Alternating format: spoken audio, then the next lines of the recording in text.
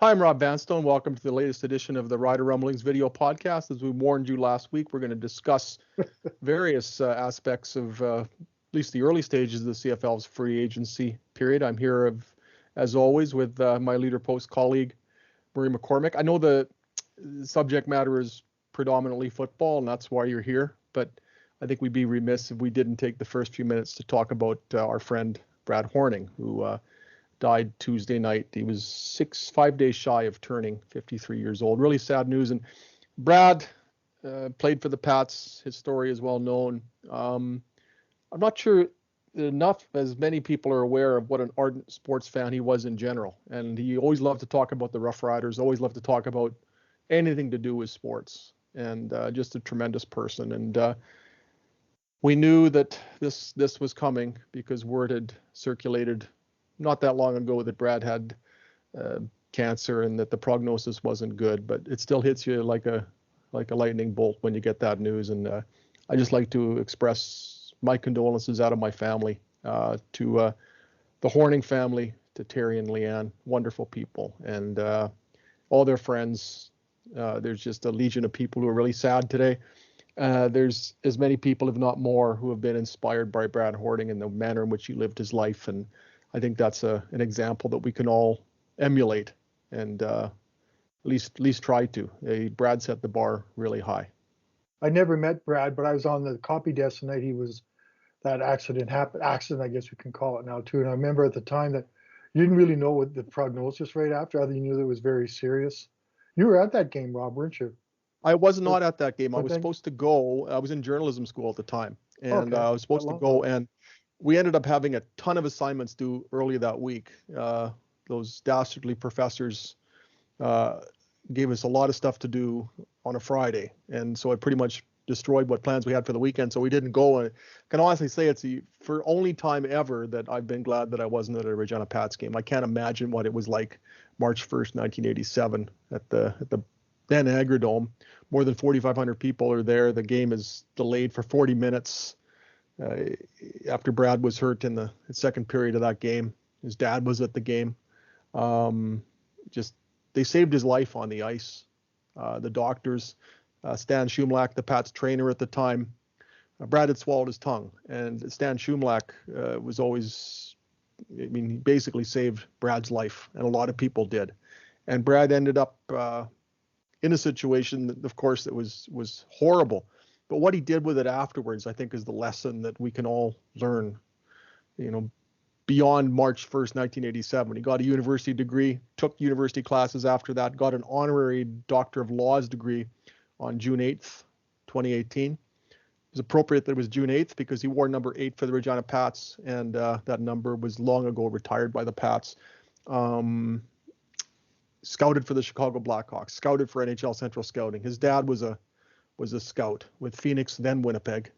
Winnipeg, then Phoenix, and then with the Toronto Maple Leafs. And we lost Larry in May of 2001. He was only 55 years old, and it was cancer that claimed him as well. And I got to know Larry really well before I got to know Brad, and just talk about like father, like son. Larry Hornung was as wonderful a man as I've ever met, and there's something to be said for lineage because Brad took after his dad. Admiral things inspiring of every part I've seen about Brad, and my condolences to his family too. On a little happier note, I guess it's a horrible segue. Let's talk about another Pat, because he's not football, but Connor Bedard had a goal for the ages on Sunday night or Sunday afternoon, and the one we scored. I remember I was on the desk tonight. Theo Fleury scored a similar goal from the Moose Jaw Warriors. Yeah. And I won't tell you what happened. It's amazing.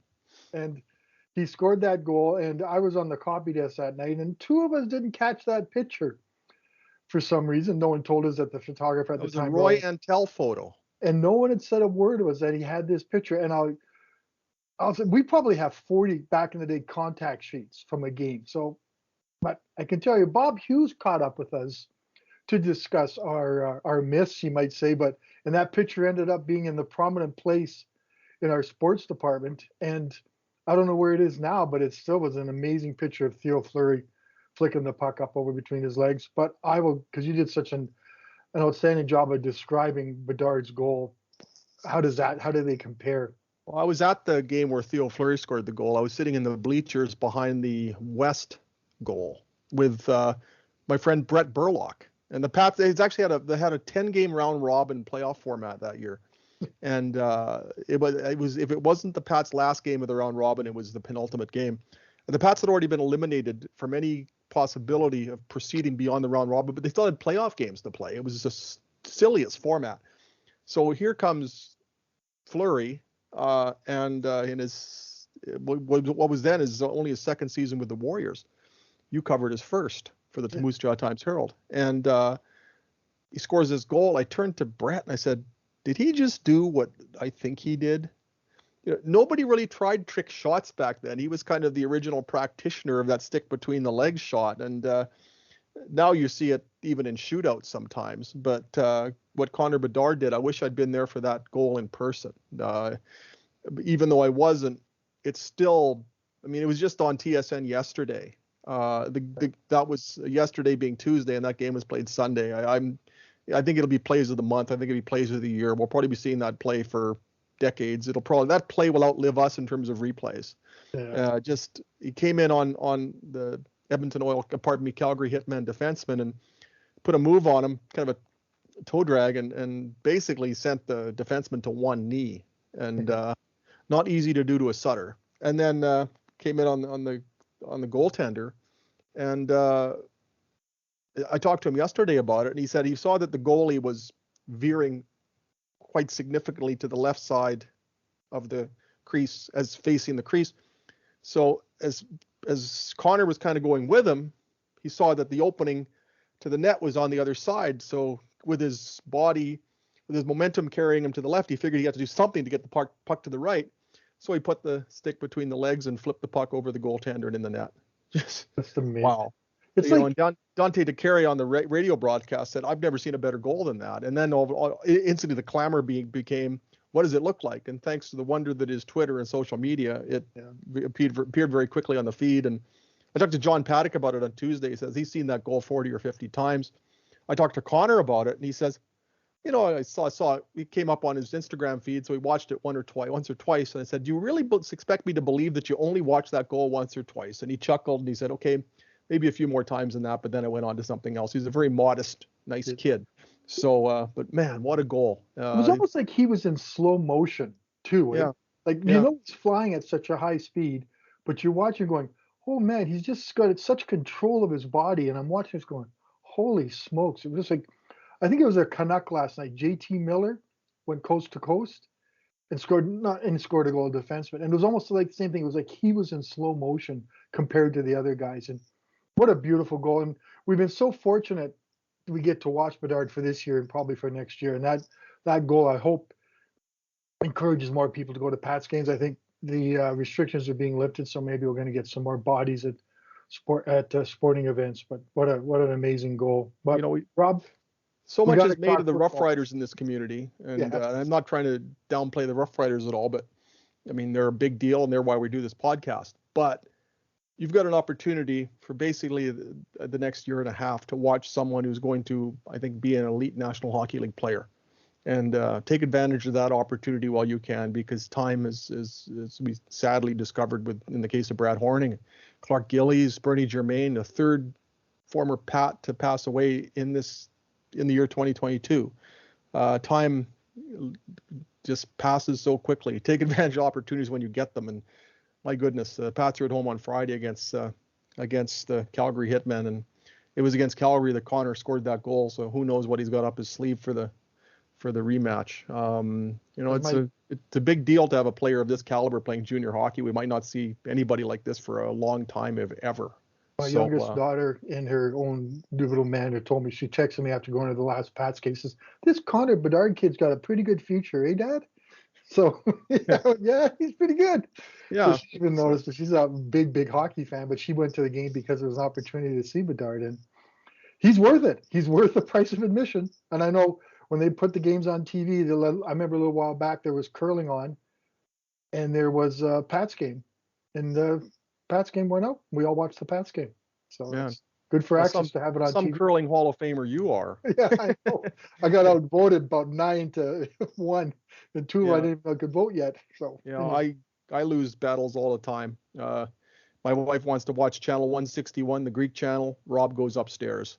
the So Greek channel, we the have Greek that. channel 161 on Access. I don't even know what it's called, but I have a very proud Greek wife. And Sure. anyway, Well, let's move to some football, Rob, because people football. are probably wondering if we're even going to talk about it. But Yeah, we might as well rumble about the Riders. You know, I mean, the free agency period was really boring in that the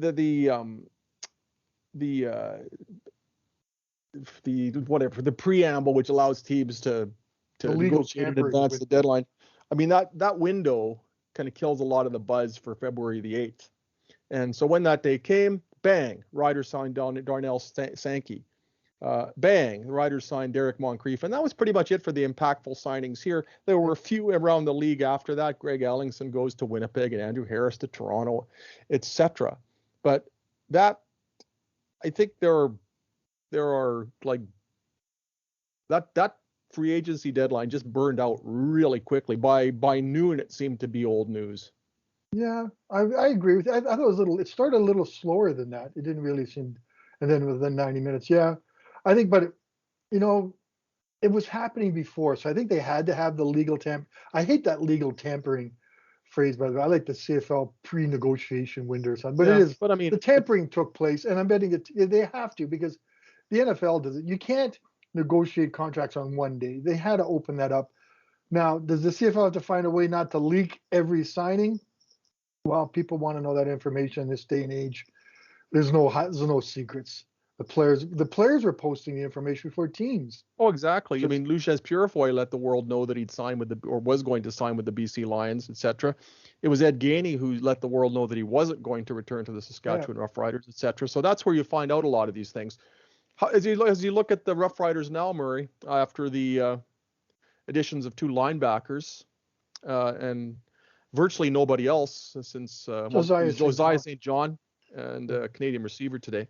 I think That's it. What do you make of their free agent moves?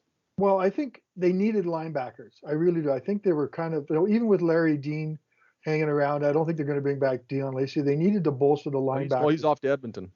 Yeah, exactly. And Edmonton's like little Regina, I guess, little Rough Riders. So they get arguably, I think Moncrief is probably one of the best salmon league. I think in 19 he was. He was so much fun to watch. I was watching his highlights last night just to remind myself of how good he was, and he was that good. And I think that's Darnell Sankey. He's another great one. And I think the issue is what do they do with these two? They got Larry Dean and Darnell Sankey. They got 2 great middle linebackers, a great Sam, and I think Micah Tights is I think he's still going to be the weak side linebacker. So they addressed a void and they went over the top in the void. Like, it's always a good thing to have too many good players. And I think Larry Dean, even though Jeremy O'Day mentioned yesterday that Larry Dean is fine and fully recovered from the Achilles, he's still going to be 34, I think. 34 on August 7th. 34 now, yeah, because he always does. So, they got some good insurance there. They got Sankey, and Sankey kind of reminds me a little bit of back in the day of Ray Williams, a sideline to sideline linebacker, incredible leader, tough against the run. Ray Williams is always one of my favorite riders. So I think, are they a better team? A lot of the things, and O'Day mentioned this yesterday too, what gets caught up in free agency is the guys who are signing right now, and no one really looks back on what they've done to get this position. Signing Duke Williams is a big one for the Riders. I think re-signing Logan Ferland and Evan Johnson are big ones. AC Leonard for 2 years. AC Leonard for 2 years. Leader. Brett Lowther for 2 years. They do a lot of work before this big, great, chaotic, wonderfully exciting celebration of Canadian football yesterday. But a lot of the work at Calgary did a lot of its work before the free agent period.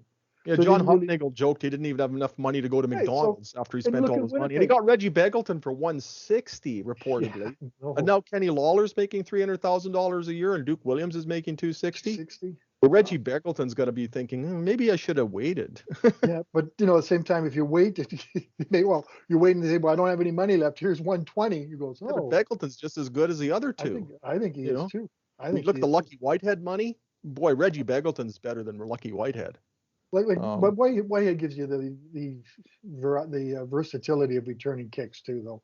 He does contribute, but still, how much did he get? Was he 200,000? He's 200. You know, it's amazing. That's the big thing. You know, it used to be the quarter people would load up on the quarterback money. Now it seems like the quarterback, elite quarterback peak has gone from say 700 to 500 or less, and some of that has been made up by paying receivers who probably would have made in the high 100s. Now into the 200s as much as 3. It seems that the market correction has been taken a little bit away from the quarterbacks and give that money to their targets. Yeah, and I'm all in favor of the guys getting more money. I just find it's an interesting scenario considering what we just went through: a canceled season, a truncated season. They're fully back to 18 games. Where, let's say, if you're a normal person, your budget, you've blown out your budget, you weren't working, and you finally get work, and then you go and spend your whole first check. I kind of wonder, maybe there should be a little more restraint than, let's say, next year, kind of have the way things work out. But that's naivety on my part. I know the world doesn't work that way, but you would have thought there'd been some sort of fiscal restraint shown. Well, they all work within a cap.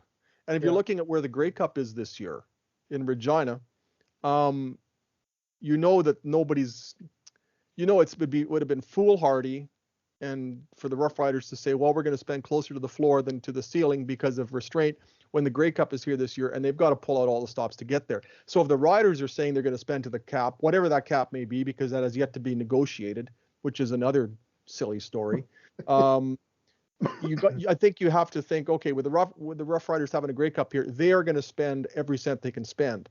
So for the other teams, they've got to think, okay, we've got to keep up with them. If you're the Edmonton Elks, you're trying to reestablish a foothold in that market. So you're not going to be Mr. Nice Guy and say we're going to spend, south of, what we can spend. You've got Chris Jones there, and you want to win right now. You've got to reestablish some credibility there. If you're the Toronto Argonauts, you've got to do something to get a buzz going in that market. So why would you underspend? You don't have to pay any of these players until opening weekend either. So that's the other side of the equation. Or bonus money. They could sign, Tom Brady and bring him out of retirement if they wanted right now. The bills don't come due until June. Well, maybe Vince Young isn't busy. That's what I initially thought when I looked at what Chris did. I remember back in 2016 during free agency, and I can't remember all the guys. They had 5 big free agents signed in 2016, including Ed Gainey. I'm trying to think. There was Shamad Chambers. There was Jones, the linebacker. Yeah. And we had this picture of all 5 of these free agents together. Kendall Lawrence, most of them bombed. Henoch Muamba was one of them. He played pretty well for a year here. But yeah, there was a whole, I think there were like 7 of them that they signed in 2016, and the vast majority of them were absolute disasters. But Ed Gainey, it's kind of like Ed Gainey turned out to be pretty Ed Gainey was obviously the keeper in that group. But my goodness, Kendall Lawrence was gone by not long after Labor Day. Yeah, that's maybe a sign that maybe all free agent signings, the grass isn't always greener where you go. And I think a lot of players found out. I think Derek Dennis found that out when he came to the Riders at one. Justin Capicotti was one of those players. Yes. Ed Gainey, Kendall Lawrence, Shamad Chambers, Greg Jones. Otha Foster actually was good for a short period of time. Capicotti didn't fit Curtis Steele was finished behind Darian Durant in rushing yards with the Rough Riders that year. He was actually decent when he played, but he just didn't play very much. They also signed John Childs that year, and you thought he was going to be an answer. And didn't Sean Lemon come with them too that year too? Because which of the 48 times are we talking with Sean Lemon? Yeah, I know, but I remember that Capicotti didn't fit Chris Jones's defense. Yeah, he didn't want to drop back in coverage. He wanted to get after the quarterback. And I think Sean Lemon was a little bit of the same too. If I got they had a little, like it was like a philosophical thing almost. Is I can't play this. I don't want to play. I don't drop back in the coverage. And then they get Willie Jefferson. Holy smokes, linebackers or defensive linemen can play great coverage. And now for the weekly My Dog is Cute segue. Isn't she the most adorable? And that's a good space to take a break. She'll just tuck her down, and we'll take a little break here, and we'll be back. A pause, if you will. Oh, it's a pause for the cause, and we'll be right back. Hi, welcome back. Hi. We're I back. hope you're enjoying our hockey, football rumblings. We're And with some talking about a dogs lot thrown in. and dog You see her tales. okay? Isn't No, she cute? That's well, Candy. that is Candy. Yes, she's It's a April in the Humane Society calendar, the Rob. You 2022. know, and it's just supposed to be predominantly Rough Riders and like a Liberty. Andrew Harris to Toronto. I was What do hoping you they'd think bring of him that? here. I thought it'd be kind of fun. We kind of needed a personality like that. I was You know, hoping, that he's would spice up the rivalry, wouldn't it? wouldn't that have been something, and he would. It would have been a nice signing. I think Toronto Who's needs going to to run the make ball for them this year? who? Toronto? Who's going to be the running back this year? Well, I like to think Jamal Morrow is going to get a chance. Can he be that every down, grind out the tough yards back? Like, he's more of a finesse back. Like, Yeah. can he get that tough yard? And if he is your running back, who's your returner? I know they don't like to. And Kyron Moore's Where's the not coming queen back of for a while. tackles running back? I just Well, maybe that's a Paul Jones issue. They'll bring somebody in. you would like to think you can find a running back, can't you? Well, you can probably find one that'll get you more, is at least the 4.3 yards that Yeah. William Powell got But for them Powell last. also, and we always, and he was a great blocker and he was great out of the backfield. But I think the Riders were right to move on from him. I think it's just about time. But as you say, who is going to run the ball? And so I think there really isn't a heck of a lot out there in free agency now No, I think that becomes a Paul Jones issue. Just go find somebody. go find something. Once upon a time they found Corey Sheets. Once upon a time they found George Reed. So Yeah. go, I once think upon a George time they found Kenton Keith. Yeah, George is So, long past his comeback. he could probably still get them the 4.3 yards that they got last year. And I think they kind of needed to address tackle a little bit, but other than Riker Matthews, that's what I don't think there's much. Actually, I can throw a bit of trivia there. I was at Riker Matthews' wedding in Mexico in 2019 or 2020 because we were in the same resort, which back in the day seems kind of crazy, but I kept looking at this guy thinking, man, he's an offensive lineman, but he's too small to be an NFL guy. He's got it. He's got it. So I found out it was him, and we had a nice long Did chat. Nolan McMillan sign anywhere yet? No, I don't. I was going to look that up. He might be a shot, but I don't expect anything else major from the Rough Riders. They have Natty Rogers, and I think he was with the Redbacks. They did sign a tackle before free agency. Natty Rogers, we forget about. They have Taron Vaughn, who's a possibility. Well, Taron Vaughn's the solution if he's healthy. But a whole season, so he hasn't played in 2 years. Anybody's what about Brent Labatt? What's the deal there? Supposedly O'Day's had some conversations with him, and he didn't really. I think he's done.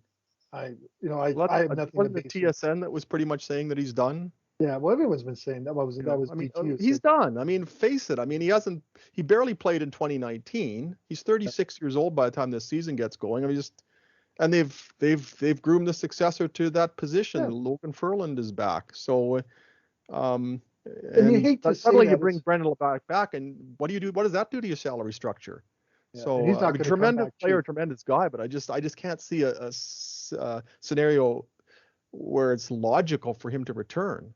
It's one of those questions you have to ask O'Day, but I'm always kind of going, I know he's going to get kind of look at you because here comes the Labatt question. And in case he says, yeah, he's coming back or he's made a decision, I think the decision is going to be ultimately up to Labatt and the Riders too. As you said, they have Logan Ferland, who's played very well in replacing Labatt. So they don't really need him unless Brendan can play tackle, but I think he's a better guy. That's a tall order at 36 years of age, especially with the way the defensive ends are now.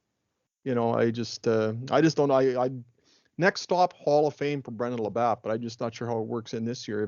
If they can make that work and if he can somehow turn back the clock, great. But I'd be very surprised. I look at the rest of the offense. They really needed Duke Williams, and that was I think the big signing of anybody. I mean, with the possible exception of AC Leonard, especially with Jonathan Woodard now leaving for the National Football League. Getting AC Leonard for 2 years was big, but had they not signed Duke Williams, take a look at their receiving core. Braden Lennius off to the National Football League. Kyran Moore probably won't play until around mid-season. Shaq Evans coming off an off year. So is there anybody who's money in the bank for the entire season if they don't sign Duke Williams? That was massive. But And then look what he did for that offense. It's not like they became, an aerial circus when they got him, but at least they started erecting the tent for the circus when Duke Williams showed up. Before that, the passing game was virtually non-existent. when you say all those, when you list Critically. those issues with Evans and Moore and Lace, those are just concerns. Before they were huge question marks. But Williams has kind of covered everything, kind of covered all the issues, because he's going to be that type of player. Right, for 18 games with Cody, they're going to have a whole training camp together. Yeah. Of whatever training camp is going to be like. I'm assuming it's a normal world come 2022. Well, according to the provincial government, it is. Yeah, I thought it was over yesterday. Well, facetiously saying that. It's not over, so I don't know if we want to get into that. We're going into politics, but I had to throw that on Wear there. a mask. Anyway, I won't do with that. But Duke Williams kind of just makes the receiving core that much better. And obviously he does. And they had to spend the money for him. I think, imagine the furor around this Grey Cup drive if they didn't have him. People say the Riders aren't trying to get to the Grey Cup in their hometown. And we were hearing that. I mean, because he hadn't re-signed leading up to the free agency window, or for the better part of it, you were hearing what's O'Day doing, and even after they did sign Duke Williams, you're still hearing, well, why'd they let Ed Gainey go? Why did they let Luchez Purifoy go? Why'd they let Dion Lacey go? Why'd they let Micah Johnson go? What bothers me is I don't think there's much second guessing for why they let John Ryan go. It just seems to be too dismissive on the part of everybody. This is a Regina-born guy, and I went on this tangent last week too. It's a Regina-born guy who belongs in the Canadian Football Hall of Fame if they ever change their ridiculous criteria that basically disqualifies somebody who's had a long career in the National Football League. Regina-born guy who's won a Super Bowl, comes back here, gives back to the community, punts tremendously for them for 2 years, and then suddenly he's tossed aside like yesterday's garbage for a global player who bombed in the playoffs. And it's just like, oh, well, and it seems to be like, oh, well, he's too old. Oh, he was fading. He's cheaper. The global player is cheaper. It's just like, John Ryan, yesterday's news. How unfair is that? I just think across the board he needs to be given his due. And it's very similar with the Andrew Harris scenario too, though. Yeah. Look, where would the Blue Bombers be without Andrew Harris? Probably in Winnipeg. Probably maybe. With the resurgence was Andrew Harris. It was time. There are others too, but he was just everything. He's everything to the community. Winnipeg-born man. Everything you'd possibly want in a player, other than except for the little drug problem, a little not positive drug test, but that's okay. We got over it. But it's a heartless business. It really is, and it comes down to you have to make those decisions, and the Riders make the decision. And as I say, we can go on about the global initiative. I bet you before you and I ever hang them up, it'd be all global punters by the time we move on. Because I just hope they don't want global sports writers. If you find a guy like Cody Grace, man, he's a major league NFL caliber punter with Calgary, and you get some really good ones. And Corey Vedrick was pretty good in the regular season. I don't think there was a big issue there, but what did he kick in that West final, Rob? His average? A gargantuan 29.5 yards per punt. There were only 4 punts, though. Only 4. Which is amazing when you consider the travails of the offense this year, or last year. They only had to punt 4 times in the West final. They got 6 turnovers, and they still didn't win it. I think we dealt with that in a previous podcast. How do you look at that? I'm curious, Murph. How do you look at the defensive line now? Suddenly, Jonathan Woodard is gone. Micah Johnson is gone. So there's a West Division All-Star in Johnson who's no longer there. And Woodard, who had 10 sacks last year, he's no longer there. Mac Henry? That's 2 key starters from Mac Henry's now with Edmonton. Yeah. That's 2.5 key starters because Charbel DeBeer also got some playing time at tackle. But how do you read their defensive line right now? It's a step back. I think the fact they had AC Leonard and Woodard on the same, going to be in there with Robertson as that third guy, was just going to be a great defensive trio of ends. I thought the middle of the defensive line was a strength with Micah Johnson there, DeBeer in there, and DeBeer and Mac Henry helping out. So, I thought it was a strength, and now it's a question mark, and there really isn't anybody out there who can really sign to bolster it. So, what about Garrett Marino? I was just going to bring up Garrett Marino. When he was healthy, he was darn good. So maybe it's not as bad. So, but you and I both agree. Well, we kind of, I don't know if we both agree, but we don't disagree. Micah Johnson was huge in the interior last year. He was tremendous last year. 2019, not so much. And and it was high ankle sprain. I know that was a pretty big part of it. When you talk about that, you look at Hamilton's defensive line, though, when you think Micah Johnson's in there, Ted Laurent. Johnson and Laurent on the inside. And Dallin Wynn, who's no slouch either. Oh, and they lose Gerard Davis, who goes to Toronto. Jared Davis. Jared Davis. He goes to Toronto. And, there's still going to be an amazing defensive line. It's just going to be fun to watch in the East. It's interesting, and we're going back to this. If you look at the teams who had the biggest impact or the busiest in free agency, were the three teams that missed the playoffs: BC, Edmonton, and Ottawa. They had to rebuild. Like, I think Ottawa, I meant to count it up. Sorry, folks. I think they signed 15 guys yesterday. The list goes on and on and on and on. And they get a quarterback, they get a running back, they get a great receiver, they get a couple of some more offensive linemen than I've ever seen. That's the second biggest infusion of people into Ottawa lately since the truckers. Sorry. And maybe they have their convoy of free agents. Sorry. Okay. I'm trying to throw some topical humor in there today, but okay. Yeah, it's not getting political. But I mean, the big one there is Mazzoli. And Mazzoli is huge. And then a lot of police wanted a quarterback like that to work with. There's rumors out there that Matt Nichols is going to retire, which we'll have to see what happens. I thought he retired midway through a game last year. The Riders didn't address their backup quarterback, I don't think. And they still haven't. Trevor Harris signed. I don't think he was ever an option as a backup quarterback. Trevor Harris signed with Montreal. I'm surprised he signed with Montreal. I think there's places he can get a lot more playing time than Montreal. Well, Brendan Adams had to prove to stay healthy. He missed half of the season last year with that shoulder injury. It's kind of hard to keep last year's season. Anyway, Cody, it's hard. I wonder how hard it is to sell a guy to come here when you know that the starter like Cody is really durable and he's going to play. And they're going to the way he plays. Yeah, he's going to play that way all the time.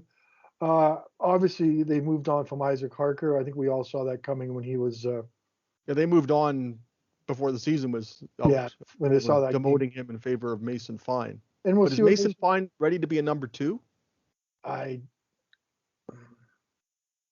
don't think so, but they may have to go that way. But I really think Matt Schultz was the guy. Hamilton grabbed him. I thought he was a guy they could have just be the perfect backup for the Riders. But obviously Hamilton saw he was a pretty good player. Maybe we agreed with that. And so they kind of need a backup quarterback, which is, I still remember. Although, you know what? I've always looked at it this way. If you need a backup quarterback, that means your starter goes down. And if your starter goes down, you're just done anyway. Look at 2015.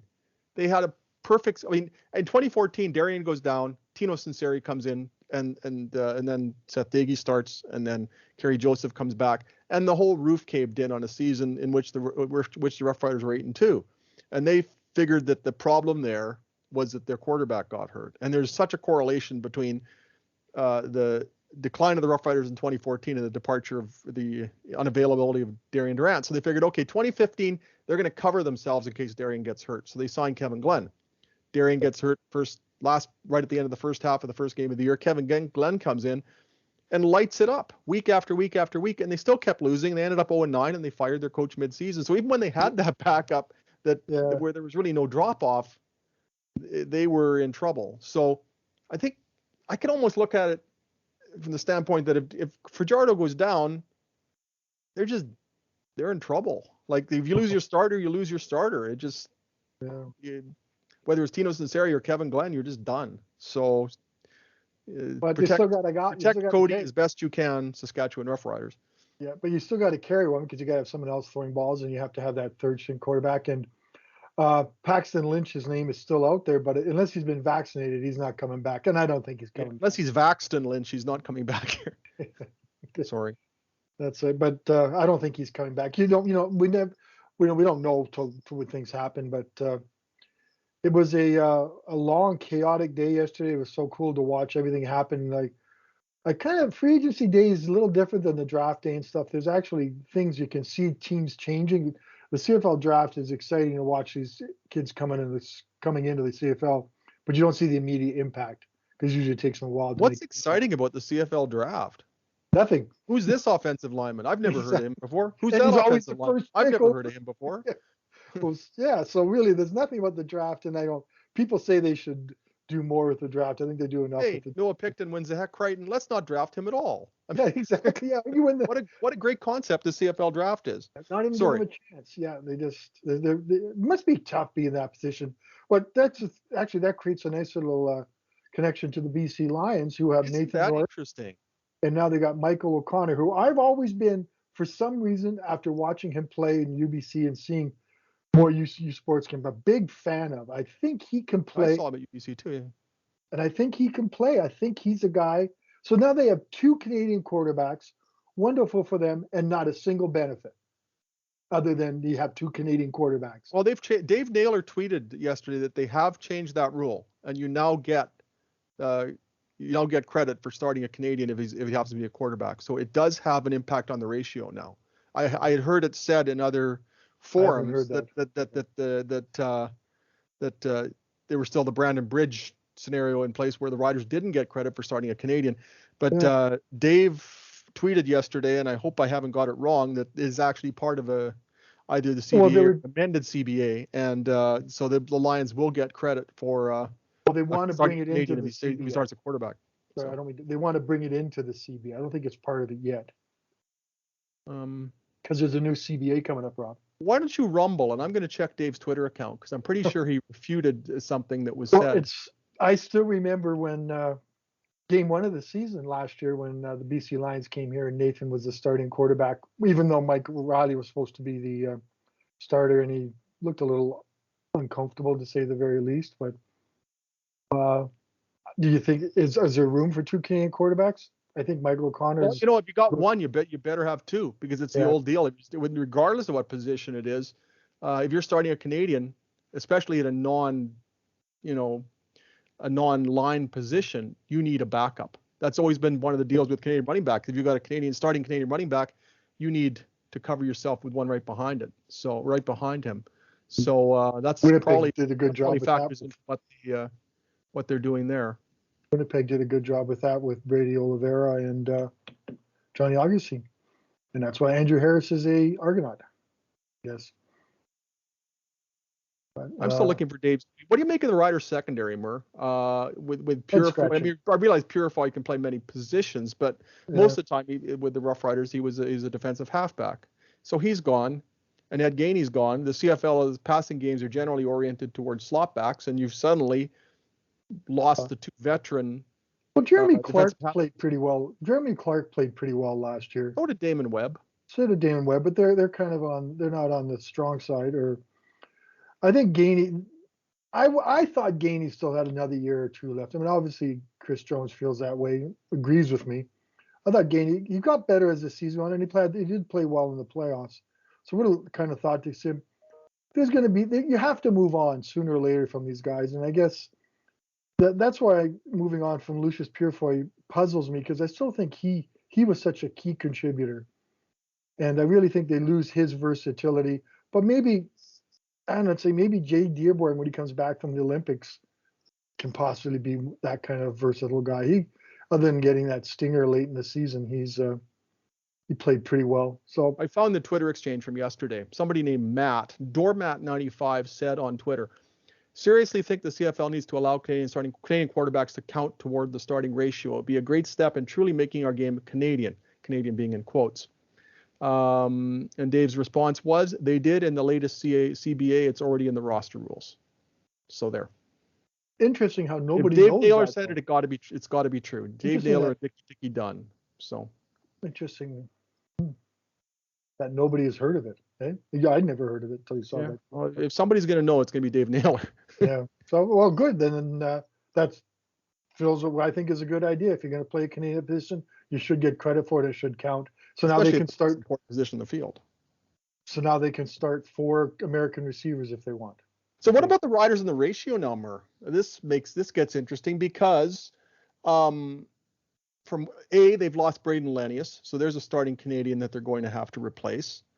And B, with their overabundance of linebackers now, 3 Americans who can really play, does that potentially bounce Micah Tights?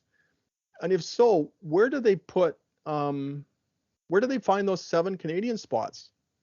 I would presume 3 of them are going to be along the offensive line. Yeah, and then one could be there'll be Justin McInnes or somebody out on the wide side. Oh, and Schaefer Baker. So Schaefer Baker. They'll probably find a way to start 2 Canadians again. So okay, but if they only start 1 Canadian receiver, the key is replacing Lennius because they're going to have Schaefer Baker.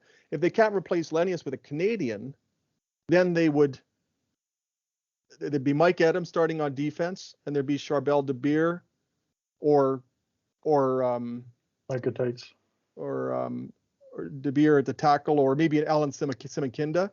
Yeah. And actually, they're going to be okay. But teams like to start 8 Canadians so that if a Canadian gets hurt, it doesn't really make it tough for them ratio-wise. So you're looking at 3 offensive linemen, Schaefer Baker, possibly a second Canadian receiver, Mitch and then a Canadian defensive tackle, Micah Tights, and then Mike Adam at safety.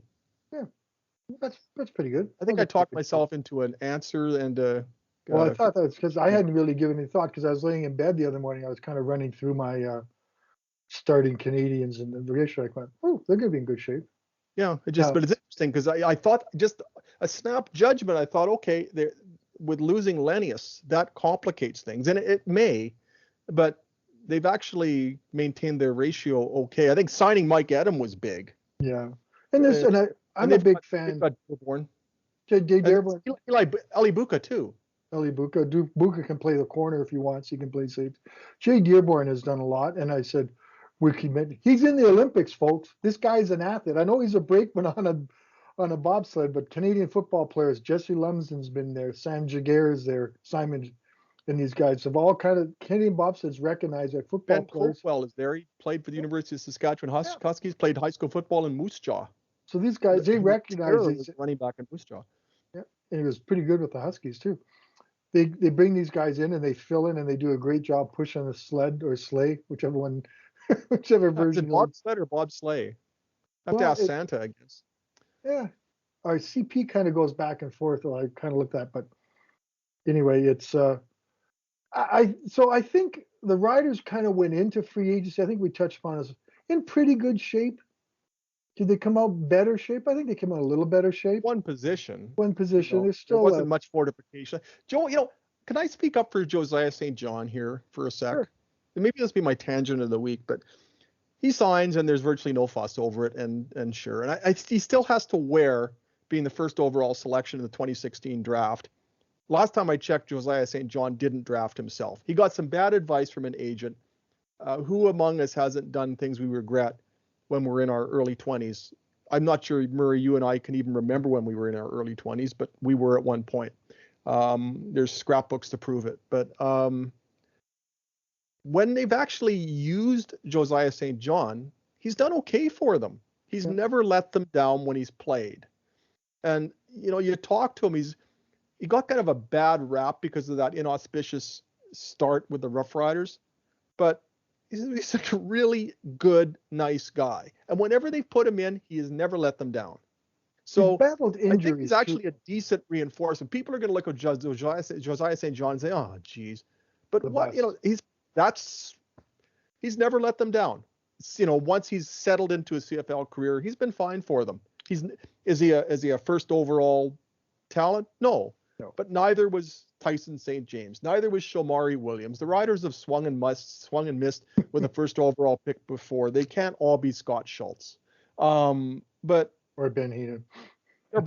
But he's that's a decent signing for him. He has battled injuries, and I remember, I'm trying to think if it was 19 or 18. He came in the best shape of his life, and then the first or second day of training camp, he pulled his hamstring, and not just a little pull. It was like a serious hamstring injury. I thought, oh man, the guy can't buy a break. He was even kind of being touted as a possible starter. I thought, because we wrote about this buzz, and I'm like you, I hate it when they say people in the high draft picks are bust, because you made a very good point. It's not. I probably said it myself. But and people do say that. Like we go back to Ryan Leaf as well, probably one of the ones from the NFL. He was the second pick though. Was he? Oh, because who the first one was? The great Peyton Manning, future Bronco. Right. 2016 Super Bowl champion. Okay. All right, so that wasn't a great one, but I don't but anyway, I just think, and I agree, and I just think he needed to get a break. And re-sign him. People forget that you need bodies. You need good bodies, and he's a great sixth offensive lineman. Dresses, you can go in there and play almost any position. So yeah, that's I'm glad you pointed. That's one of those signings that people say, oh yeah, big deal. But he maybe turn out to be it could be a good contributor in an 18-game season. So yeah, I'm with you. Hopefully there is an 18-game season again. Oh, I'm hoping. Wouldn't Yeah, that be nice? haven't heard those rumors. So I don't anticipate the Riders being too busy down the stretch. Or there may be some names that might pop up that they'll say, yeah, we'll sign him. Just it was so like the window is just compacted everything into this one The big window bit has of become a porthole, right? yeah. So it all happens that quickly, and now we move on to, the terms and signings and whatnot. So What about Wesley Lewis? The Riders signed him today. He's a national receiver. What intrigued me there, after realizing that there was in fact a Wesley Lewis on this planet, was that he's 6'5", 218, which dimensions-wise reminds me quite a bit of one Braden Lennius. So are they looking? Is that an indication that they have that body type, that template, that Lennius type model in mind for a starting receiver position, and it's just a matter of finding somebody to fill it? And if so, I mean, Wesley Lewis certainly has those dimensions, and Justin McInnis is 6'6". yeah. So does that become part of the equation? Yeah, I think they like that body topper. Maybe I was going to joke that Chris Jones will take him and turn him into a defensive back. Yeah, or as Arash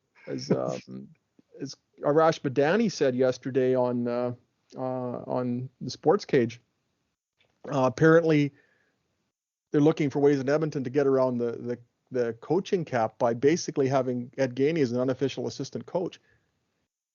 Didn't he say something about? I saw this on Twitter about wanting to burn all his rider stuff. I saw that too. I wonder if he would. I couldn't find it said because it showed up as a so-called video, but I couldn't find was the he video. joking or was he serious? Right? He's got to be. I know he's not on. He's on. It was, I guess, based on his cryptic Twitter tweets, he was unhappy. But no, I don't see him saying that seriously. I really don't. I think he enjoyed his time here. He was, maybe Chris Jones undercut the salary he was making, but I think Ed Gainey is he a Plaza of Honor guy, Rob? Oh, absolutely. I mean, he 10 interceptions in one season, 2 all CFL nominations, 4 interceptions in one game. There's a lot of players who've accomplished a lot less than Ed Gainey has that have ended up in the. And I think he's an automatic. If you look at the players in the Riders right now, I mean, Brendan Labatt's kind of in limbo, but there's a Plaza of Honor guy. Ed Gainey, I think, absolutely. Who else have they got as Plaza of Honor? Dan Clark, absolutely. Absolutely, yeah. AC Leonard, maybe? No, he's not. Hasn't been Leonard, around another big year, and he's certainly in that conversation. Shaq Evans, another big year, and he's certainly in that conversation. Kyran Moore, if he can string together a nice 3 or 4 season run. But they're not there now. They aren't there right now. Cody Fajardo, absolutely. Another good year, and I think Cody Fajardo was in the conversation. Glenn Dobbs and Kerry Joseph both played basically 2 years with the Rough Riders, and a fraction of a third, and got in the Plaza. So Cody Fajardo is definitely someone worth discussing down the road. What about elsewhere on that roster? Nick Marshall, I think, is definitely starting to build a nice Plaza of Honor resume. The All-Star He's got 4 interception return touchdowns in his career, as many as Ken McEachern, who was an easy Plaza of Honor inductee. So I don't know how we had our Plaza of Honor meeting last weekend, so I've got that on the brain. Oh, okay. That's good to have something on your brain besides your dog or your I love my dog. Or your dog. Do you ever think about your dog? You ever posted any pictures of her? That's ours. I only tweeted 2 pictures and a video of her yesterday. So you okay? Oh, I love her. Anyway, we should probably end this now that I'm talking about my dog. Yes. Whose name is Candy, and she's beautiful. We'll end it. I know we touched upon it last week. The weekend's here, the best weekend in football, or the best weekend in sports. The Saskatchewan Tankards on. No. The Super Bowl is. I've watched many. Who's going to win the Super Bowl, Murr? Well, that's a tough one. Last week, I think I picked the Rams.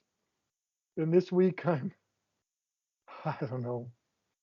mean, As I said, as a diehard Steelers fan, it's really hard to cheer for someone from your own conference, but let's go Bengals.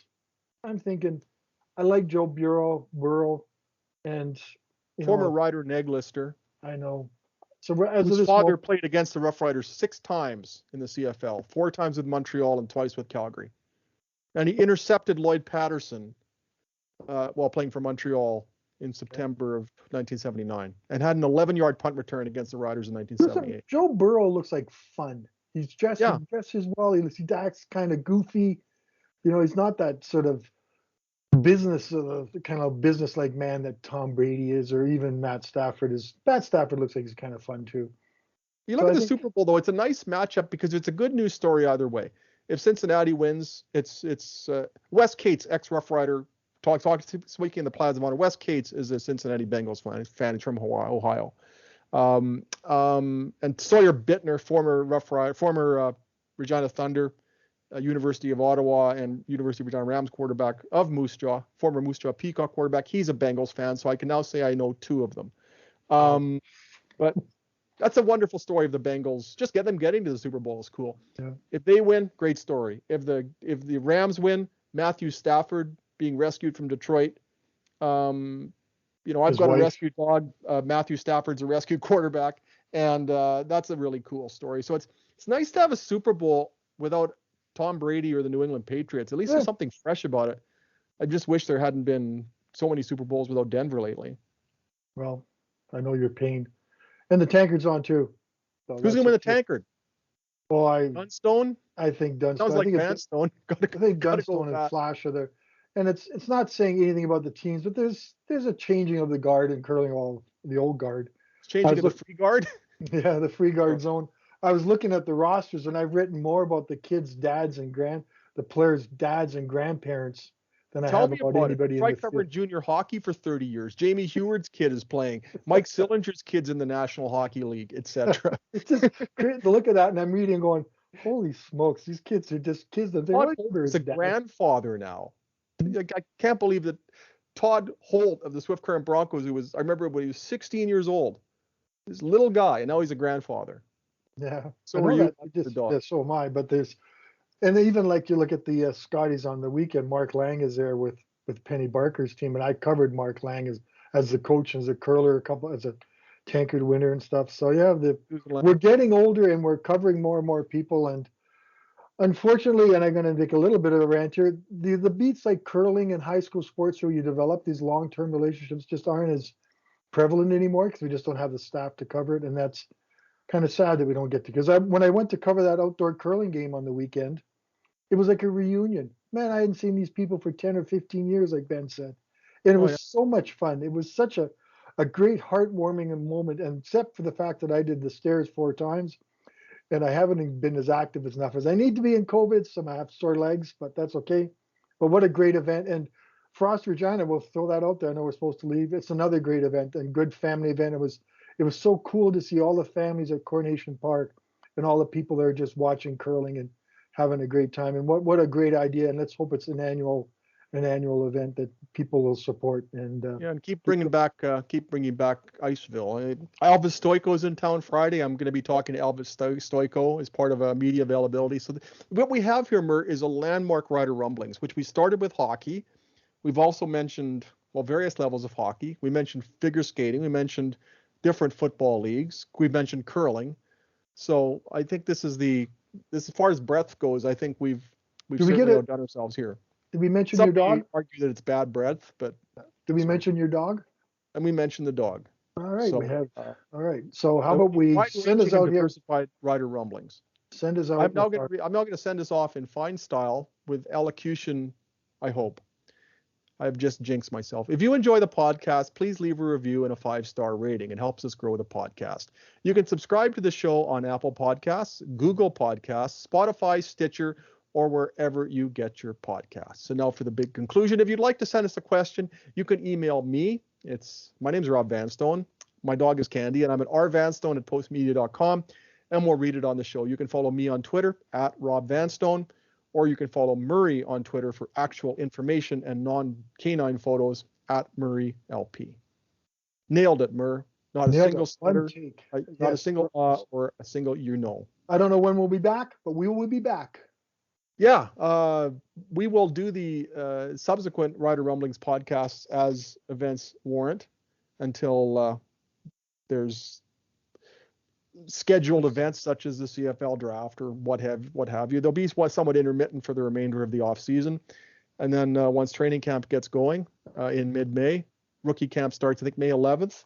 We will be back into this, and it will be very nice to do a full season of Rider Rumblings for the first time since 2019. So for Murray McCormick, I'm Rob Vanstone, and thank you for all your time today and for indulging us as we talk about everything except egg toss and kayaking. Take care, stay safe, and thanks for your time today. See you, Candy. See you sometime soon. Bye-bye.